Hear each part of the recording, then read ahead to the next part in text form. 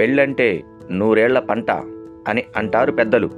కానీ ఈ మధ్య చాలా జంటల వివాహ బంధం 3 నాళ్ల ముచ్చటే అవుతోంది. చిన్నవిగా ఉన్న సమస్యలే చిలికి చిలికి పెను తుఫానుగా మారుతున్నాయి. వివాహ బంధంలో చీలికలు తెస్తున్నాయి. అసలు ఎందుకు ఈ పరిస్థితులు ఇంతలా దిగజారుతున్నాయి? భార్యాభర్తలిద్దరూ ఆనందంగా ముందుకు సాగాలంటే ఏం చేయాలి అనే వివరాలను ఇప్పుడు చూద్దాం.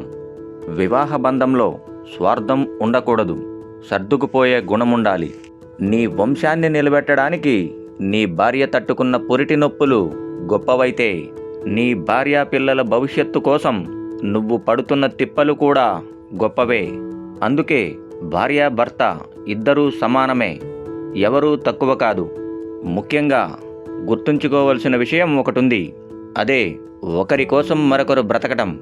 ఒక బంధం బలంగా ఉండాలంటే నేను అనేదానికి అవకాశం ఉండకూడదు.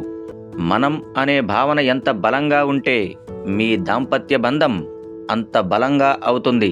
మీ భాగస్వామి కోసం మీరు చేసే ప్రతి పని వారిపై మీకున్న ప్రేమను తెలియజేస్తుంది.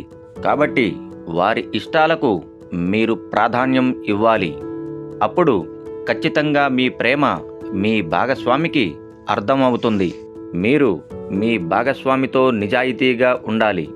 ఇలా భార్యాభర్తలిద్దరూ నిజాయితీగా ఉన్నప్పుడే ఆ బంధం ఆనందంగా కొనసాగుతుంది. నిజాయితీ కోల్పోతే మాత్రం ఒకరినొకరు నమ్మలేని పరిస్థితి వస్తుంది.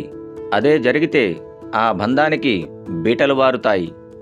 అందుకే దాపరికాలకు ఏమాత్రం చోటు ఇవ్వకూడదు.